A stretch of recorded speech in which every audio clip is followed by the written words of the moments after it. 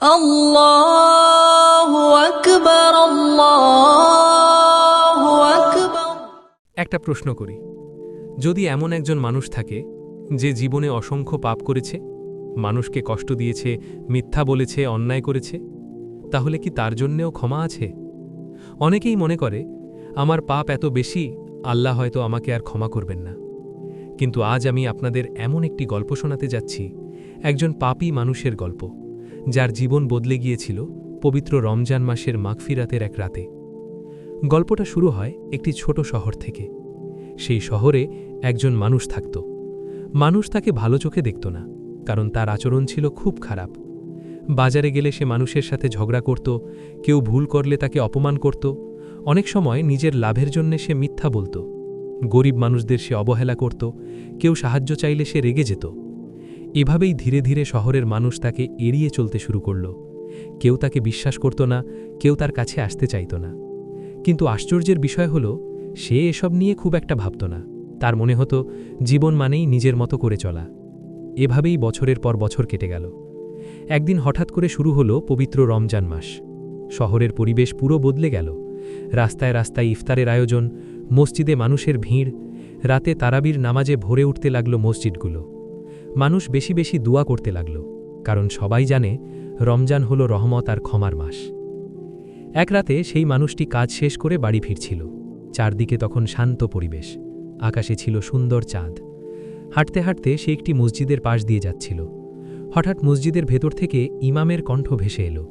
ইমাম বলছিলেন, রমজানের প্রথম 10 দিন রহমতের, মাঝের 10 দিন মাগফিরাতের। এই সময় আল্লাহ তার বান্দাদের পাপ ক্ষমা করেন। যে বান্দা সত্যি মন থেকে তওবা করে, আল্লাহ তাকে কখনো ফিরিয়ে দেন না। এই কথাগুলো শুনে লোকটি থেমে গেল। কেন যেন তার বুকের ভেতর অদ্ভুত অনুভূতি হল। সে মসজিদের দরজার কাছে গিয়ে দাঁড়াল। ভেতরে মানুষ দোয়া করছিল, কেউ কাঁদছিল, কেউ আল্লাহর কাছে ক্ষমা চাইছিল। এই দৃশ্য দেখে তার হৃদয় কেঁপে উঠল। হঠাৎ সে নিজের জীবনের কথা ভাবতে শুরু করল। সে মনে মনে বলতে লাগল, আমি কত মানুষকে কষ্ট দিয়েছি, কত অন্যায় করেছি, কত মিথ্যা বলেছি। যদি সত্যিই আল্লাহ সবকিছু দেখেন, যদি একদিন আমাকে এই সব কাজের হিসাব দিতে হয়।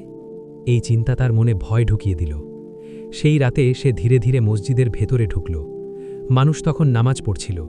সে চুপচাপ পেছনে দাঁড়িয়ে পড়ল। নামাজ শেষ হওয়ার পর সবাই দোয়া করতে লাগল। প্রথমে সে দোয়া করতে পারছিল না, কারণ তার মনে হচ্ছিল সে এত পাপ করেছে যে আল্লাহ হয়তো তাকে ক্ষমা করবেন না। কিন্তু কিছুক্ষণ পরে তার চোখে পানি চলে এলো। সে সিজদায় পড়ে গেল। কাঁদতে কাঁদতে বলল, হে আল্লাহ, আমি অনেক ভুল করেছি। আমি মানুষের সাথে খারাপ ব্যবহার করেছি, আমি মিথ্যা বলেছি, আমি গরিবদের সাহায্য করিনি। কিন্তু আজ আমি আপনার কাছে ফিরে এসেছি। আপনি যদি আমাকে ক্ষমা না করেন, তাহলে আমার আর কোনো আশ্রয় নেই। তার চোখের পানি থামছিল না। সেই রাতে সে অনেকক্ষণ মসজিদে বসেছিল। তার হৃদয়ের ভেতরে যেন নতুন কিছু জন্ম নিচ্ছিল। পরের দিন সকাল থেকে সে একটা সিদ্ধান্ত নিল, সে নতুনভাবে জীবন শুরু করবে। বাজারে গিয়ে সে মানুষের সাথে হাসি মুখে কথা বলল। একজন গরিব মানুষকে সে নিজের টাকা দিয়ে সাহায্য করল। যে মানুষদের সাথে সে আগে ঝগড়া করত, তাদের কাছে গিয়ে ক্ষমা চাইল। মানুষ অবাক হয়ে গেল, কারণ তারা আগে কখনো তাকে এমন দেখেনি। দিন যেতে লাগল, আর সেই মানুষটা সত্যিই বদলে গেল। সে নিয়মিত নামাজ পড়তে শুরু করল, মানুষের সাথে ভালো ব্যবহার করত, গরিবদের সাহায্য করত।